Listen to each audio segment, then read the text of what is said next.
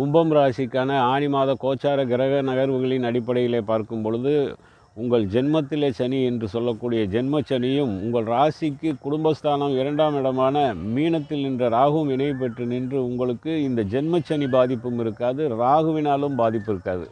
காரணம் என்னன்னு பார்த்தீங்கன்னா, உங்கள் ராசிக்கு 5ஆம் இடமான மிதுனத்திலே குரு பகவான் நின்று பாக்கிய பார்வை பார்ப்பதனால் அந்த பாதிப்புகள் இருக்காது. குரு பகவான் உங்களுக்கு யோக பலனை தரப்போகிறார். அதாவது 5ஆம் இடத்தில் இருக்கக்கூடிய குரு பகவான் பூர்வீக சொத்துக்கள் அனைத்தும் வரவேண்டியது தடை தாமதப்பட்டது உங்களுக்கு வந்து சேரக்கூடிய அமைப்பையும் தருவார்.